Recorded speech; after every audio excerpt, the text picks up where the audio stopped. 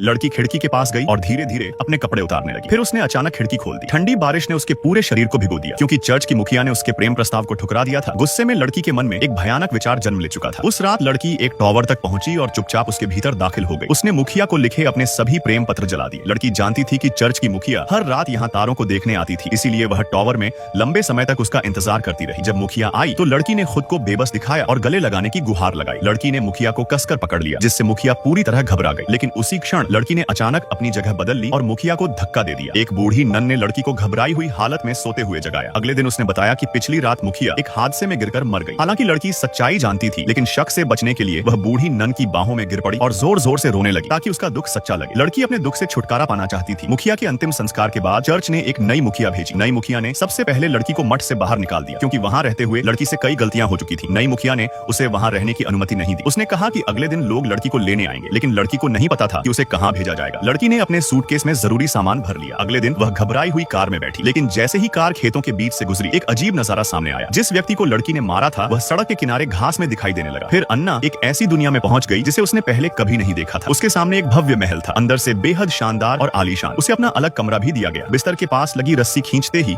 एक नौकर तुरंत आ जाता था। लेकिन अजीब बात यह थी कि ऊपरी मंजिल से लगातार दर्द भरी चीखें सुनाई देती रहती थी। डरी हुई लड़की ने जल्दी से खिड़की बंद कर ली, लेकिन रात में उसे बकरियों की मिमियाने की आवाजें सुनाई देती रही। उसने वही बकरी देखी जिसे उसने बचपन में जिंदा जला दिया था, और वह मुखिया भी, जिसे उसने बालकनी से धक्का दिया था, जो बिना पलक झपकाए उसे घूर रही थी। उस पर लड़की को यह एहसास नहीं था कि उसके लिए एक भयानक और असहनीय बदला उसका इंतजार कर रहा था।